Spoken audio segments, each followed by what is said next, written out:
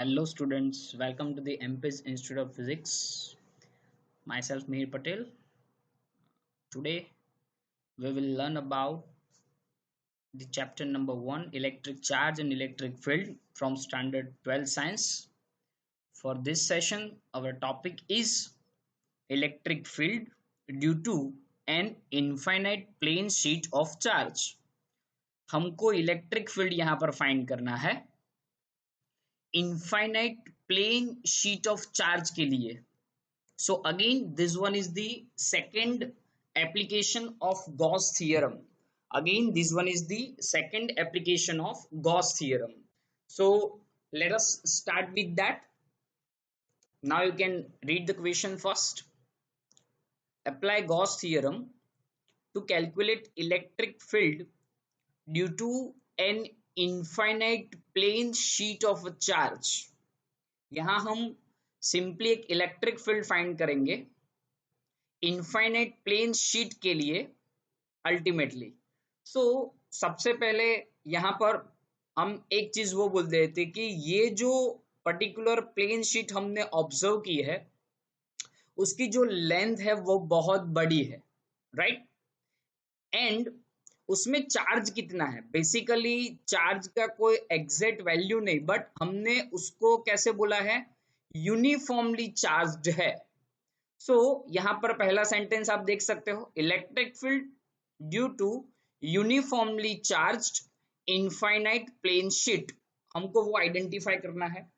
सो basically हमने एक thin infinite plane sheet consider की, उसके अंदर हम जो चार्ज डिस्ट्रीब्यूशन बोलते हैं वो है यूनिफॉर्म, और uniform on to the specific surface. So surface charge density का कंसेप्ट हम यहां पर लेंगे. हमने प्रीवियसली कंटिन्यूअस चार्ज डिस्ट्रीब्यूशन में ये पूरा टॉपिक लर्न किया हुआ है.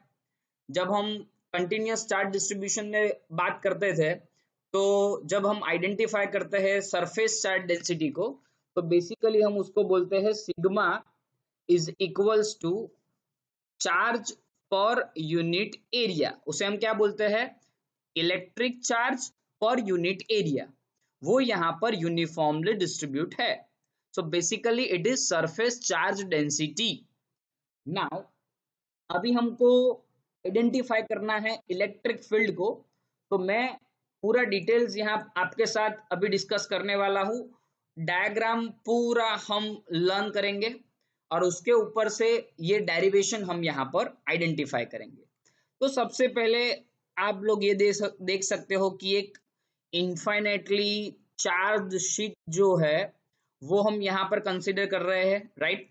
Means all positive charge is distributed over here, right?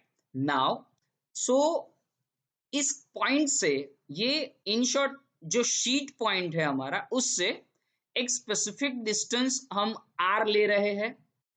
You can see this, we have taken this specific distance of r over here, and at this point you can see this, the point which is considered over here, that is denoted with the p value. So हमको ये p point पर electric field calculate करना है. We have to take both the side, one that is positive and one that is negative. Means हम right and left दोनों direction में, right और left दोनों डायरेक्शन में हम इलेक्ट्रिक फील्ड फाइंड करेंगे. तो यहां से भी आप देख सकते हो एक पॉइंट हमने यहां पर P डैश आइडेंटिफाई किया हुआ है. तो सबसे पहले ये बात अच्छी तरह से दिमाग में बिठा लो, इलेक्ट्रिक फील्ड E हमको फाइंड करना है, that is outward normal to the sheet. So यहां पर हम दो पॉइंट्स ले रहे हैं, one is P and another one is P dash.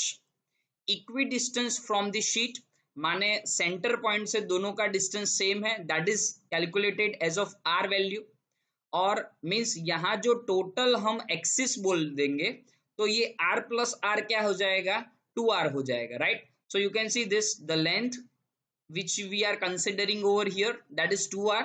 Cross sectional area जो हम ले रहे हैं फॉर हाइपोथेटिकली इमेजिनेशन कंसेप्ट में जिसको हम बोलते हैं सिलेंड्रिकल गॉसियन सरफेस। मींस यहां हमने जो बेस्ड ऑन गुड सिमेट्री हमने एक गॉसियन सरफेस आइडेंटिफाई किया है, that is nothing but the cylindrical Gaussian surface.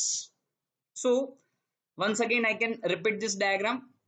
You can see this charge plane sheet हमने यहां पर ली है, उससे r डिस्टेंस पर एक p पॉइंट डिफाइन किया, दोनों साइड ऐसे पॉइंट हम आइडेंटिफाई करते हैं, इस साइड के पॉइंट को हमने p डैश नाम दिया, दोनों पॉइंट पर हमको इलेक्ट्रिक फील्ड फाइंड करनी है।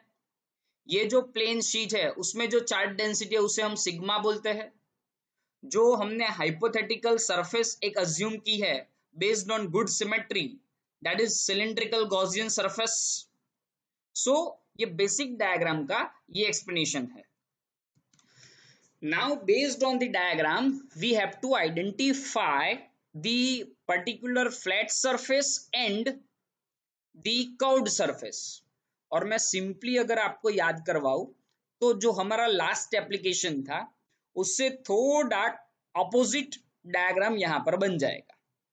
तो मैं सपोज सबसे पहले ये पोर्शन की बात करता हूं, पी पॉइंट पर ये इलेक्ट्रिक फील्ड का डायरेक्शन है। सो ऑब्वियसली जब हम यहां पर आइडेंटिफाई करेंगे तो उस केस में तो आप देख सकते हो कि ये जो एंड पॉइंट है ये एक साइड का और ये दूसरे साइड का, राइट।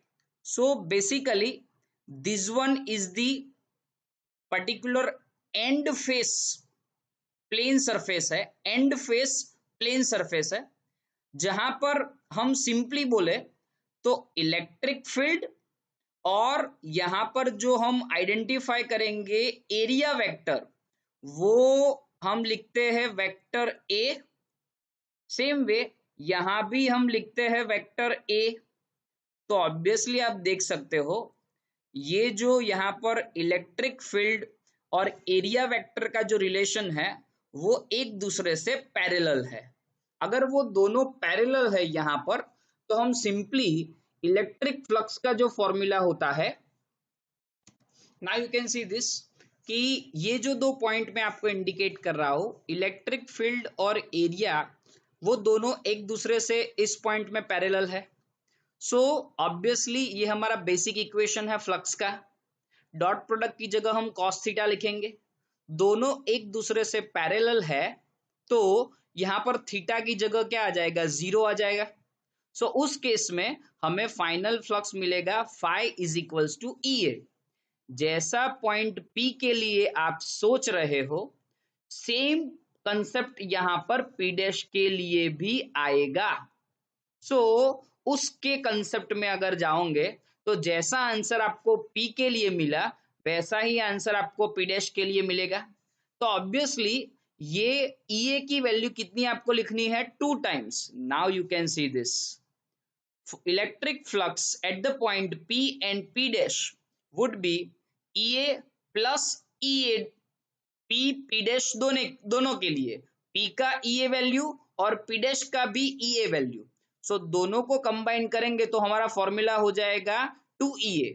लेकिन इसमें मैं थर्ड चीज आपको बोलता हूं कि आप ये सेंटर पोर्शन को भी ऑब्जर्व कीजिए। यहां पर जो हमें अल्टीमेटली आइडेंटिफिकेशन अवेलेबल होता है जो सेंटर पॉइंट के अकॉर्डिंगली इलेक्ट्रिक फील्ड यहां जा रहा है, यू कैन सी दिस, और एरियल वेक्टर का डायरेक्शन होगा अपवर्ड साइड। तो बेसिकली इनके बीच जो यहां पर एंगल बनता है, इनके यहां जो एंगल बनता है वो एंगल रिलेशन हमको यहां पर क्या मिलता है, 90 degree. So we can say that the flux through the curved surface is 0। क्यों 0? क्योंकि जब cos 90 की वैल्यू आप रखोगे तो वो 0 हो जाएगी। तो फाइनली फ्लक्स हमारा क्या हो जाता है, 0 हो जाता है। तो मैं एक ट्रिक भी आपको यहां पर बोल सकता हूं कि जैसा कि आपने लास्ट हमारी एप्लीकेशन थी सिलेंड्रिकल सरफेस में, उसमें जो कंडीशंस थी एक बार आप वो रिवाइज कर लो कि वहां पर क्या था, टॉप और बॉटम में 90 डिग्री था और यहां पर आपको 0 था। यहां पर क्या हो गया, रिवर्स हो गया। यहाँ पर एंड पॉइंट्स पर 0 डिग्री बन रहा है और यहाँ पर 90 डिग्री हो गया। So finally we have the specific answer कि ये पूरे सिस्टम के लिए जो हमें फ्लक्स मिला है that is ultimately phi is equals to 2EA। और मैं सिंपल बोलूं, ये जो यहां पर इलेक्ट्रिक फ्लक्स है उसमें मैं गॉस थ्योरम अप्लाई करूंगा तो क्या होगा, Q अपॉन एप्सिलॉन नॉट आएगा। तो सिंपली ये फाई की जगह क्या लिखोगे आप, पहले Q अपॉन एप्सिलॉन नॉट, और ये जो Q है उसकी जगह हम क्या लिखेंगे बोलो, सरफेस चार्ज डेंसिटी का ये इक्वेशन आप देख सकते हो जैसा कि मैंने आपको यहाँ समझाया था। अगर मैं Q को सब्जेक्ट बनाऊंगा तो सिग्मा ए हो जाएगा। अगर ये सिग्मा ए हो गया तो ये Q की जगह हम सिग्मा ए को यहाँ पर रिप्लेस कर देंगे। Now you can see this कि यहाँ पर जो हमें आइडेंटिफाई होता है इक्वेशन, उसमें हम LHS में से A और RHS में से A कैंसिल कर देंगे। ये जो 2 है सामने जाएगा तो डिनोमिनेटर में चला गया। Now we have the specific equation of electric field at the particular infinite values, means plane sheet हमने इनफाइनाइट वैल्यू की ली हुई है और उसके लिए जो स्पेसिफिक पॉइंट पर इलेक्ट्रिक फील्ड मिलता है वो है सिग्मा अपॉन 2 एप्सिलॉन नॉट। हाँ, जैसा कि आप ऐसा बोल सकते हो कि अगर यहाँ पर चार्ज के रिलेशन पॉजिटिव नेगेटिव होंगे तो बेसिकली डायरेक्शन क्या होगा, तो मैं सिंपली आपको याद करवाना चाहूंगा इलेक्ट्रिक फील्ड लाइंस की जो कैरेक्टरिस्टिक्स थी उसमें से भी आप याद रख सकते हो। जैसे कि अगर शीट पॉजिटिवली चार्ज होती है तो बेसिकली क्या होगा, ये जब शीट पॉजिटिवली चार्ज्ड होगी सो पॉजिटिवली चार्ज शीट में अल्टीमेटली रेडियली आउटवर्ड डायरेक्शन होता है। सो उसको हम क्या बोलेंगे, directed away from it, the field is directed away from the sheet. If it is negatively charge means sheet अगर नेगेटिवली चार्ज्ड है तो field is directed towards it. मैं तो बोलूं ना तो ये दोनों सिंपल टर्म है। हमने जैसे लास्ट हमारा इलेक्ट्रिक फील्ड लाइंस का कैरेक्टरिस्टिक कॉन्सेप्ट लर्न किया था वही पॉइंट यहाँ पर रिफर कर रहे हैं। So for a infinite large planar sheet the above formula will be approximately valid in the middle region of the sheet away from its edges। तो आई थिंक ये जो हमने कॉन्सेप्ट यहाँ पर लर्न किया उसको एक बार अच्छी तरह से फिर से एक बार रिवाइज कर लेते हैं। तो सिंपली आपको याद क्या रखना है, आपको एक इनफाइनाइटली प्लेन चार्ज शीट लेनी है, उसका surface charge density sigma identify करना है। उसके बाद थर्ड थिंग, आपको cylindrical Gaussian surface hypothetically assume करना है। देन 2 पॉइंट फिक्स करने हैं, R डिस्टेंस लेना है, इलेक्ट्रिक फील्ड पोजीशंस डिफाइन करनी है, एक कर्व्ड सरफेस है और 2 एंड फेसिस पर प्लेन्ड सरफेस है। कर्व्ड सरफेस पर एंगल 90 बनता है तो वहां पर फ्लक्स 0 हो जाता है। एंड सरफेस P और P' जो अवेलेबल है वहां पर एंगल 0 बनता है तो दोनों का फ्लक्स हमने यहां पर मिला दिया, 2EA हो गया। फिर सब्स्टिट्यूशन करने हैं इक्वेशन में, फाई की जगह गॉस थ्योरम का standard formula Q upon epsilon not, Q की जगह सिग्मा ए को हम रिप्लेस कर देंगे, हमारा फाइनल फॉर्मूला मिलेगा सिग्मा अपॉन 2 एप्सिलॉन नॉट। उसके बाद आपको ये याद रखना है कि पॉजिटिवली चार्ज शीट होगी तो उसका direction away from the charge sheet, and if the sheet is negatively charged then the field is directed toward it। so यहाँ पर हमने पूरा डेरिवेशन देखा infinite plane sheet of charge का इलेक्ट्रिक फील्ड का रिलेशन। अभी हमारे नेक्स्ट सेशन में ये जो इनफाइनाइट प्लेन शीट सिंगल थी अगर मल्टीपल शीट्स होती है, माने समझ लो कि 2 पॉजिटिव हो या फिर एक पॉजिटिव और एक नेगेटिव शीट हो तो उसके अकॉर्डिंगली इलेक्ट्रिक फील्ड में कैसे चेंजेस आते हैं वो हम लर्न करेंगे। So stay connected with us. Thank you.